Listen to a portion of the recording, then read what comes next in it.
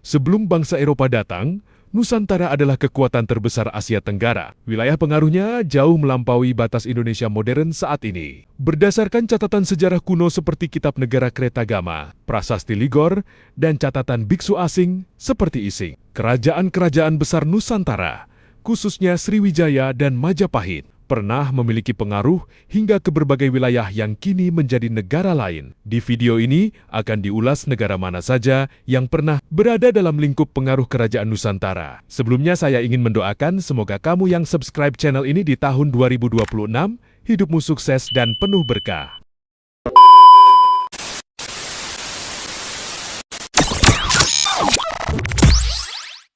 Wilayah Malaysia modern merupakan salah satu area paling penting dalam sejarah Nusantara. Pada abad ke-7 hingga ke-11, Sriwijaya menguasai semenanjung Malaya, termasuk Kedah dan Terengganu. Tujuannya jelas, mengendalikan Selat Malaka, jalur perdagangan paling strategis di dunia saat itu.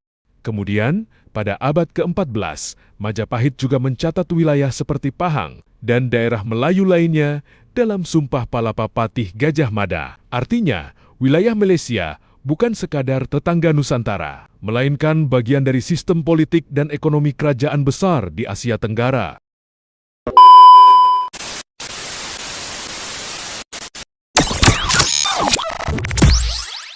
Sebelum bernama Singapura, wilayah ini dikenal sebagai Temasek atau Tumasik. Sebagai pelabuhan strategis, Temasek pernah berada di bawah kendali Sriwijaya, lalu menjadi wilayah bawahan Majapahit pada masa kejayaannya. Dalam konteks maritim, Temasek adalah simpul penting jaringan dagang Nusantara, bukan wilayah pinggiran.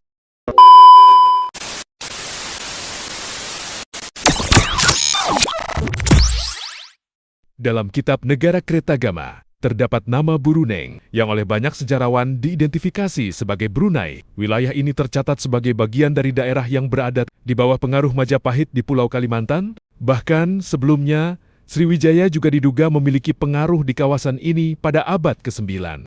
Ini menunjukkan bahwa Kalimantan dan wilayah pesisirnya telah lama terintegrasi dalam jaringan politik Nusantara.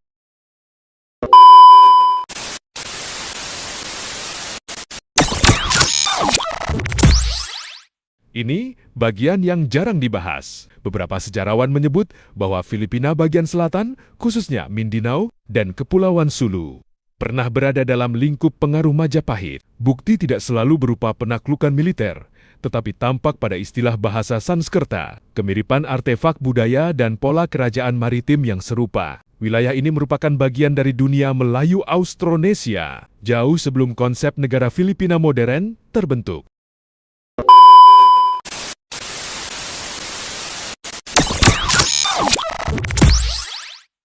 Pengaruh Nusantara juga menjangkau Thailand bagian selatan. Sriwijaya terbukti menguasai wilayah Tanah Genting Kera, dibuktikan oleh prasasti Ligor di Nahon Sitamarat. Sementara itu, Majapahit mencatat pengaruh hingga wilayah Langkasuka, yang kini dikenal sebagai Patani.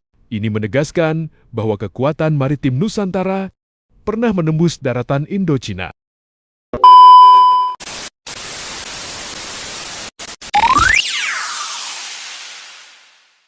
Pulau Timor juga tercatat dalam daftar wilayah bawahan Majapahit. Wilayah ini bukan pusat kekuasaan, tetapi bagian dari jaringan upeti di kawasan timur Nusantara. Hubungan politiknya bersifat simbolik dan ekonomi, bukan kolonial.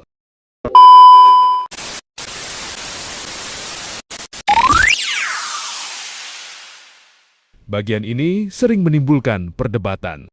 Catatan Biksu Itsing menyebut bahwa pada puncak kejayaannya, Sriwijaya melakukan ekspansi pengaruh hingga wilayah Indochina, termasuk Kamboja. Tujuannya bukan untuk menguasai daratan, melainkan mengamankan jalur laut, memperkuat dominasi maritim, mengontrol dan jaringan perdagangan. Sriwijaya pada masa itu adalah pusat pembelajaran Buddha internasional, bukan sekadar kerajaan lokal. Jauh sebelum peta modern digambar, Nusantara telah menjadi pusat kekuatan geopolitik Asia Tenggara. Sriwijaya dan Majapahit bukan mitos nasionalisme, melainkan fakta sejarah yang diakui secara akademik. Terima kasih telah menonton video ini. Tetap nantikan video kami selanjutnya.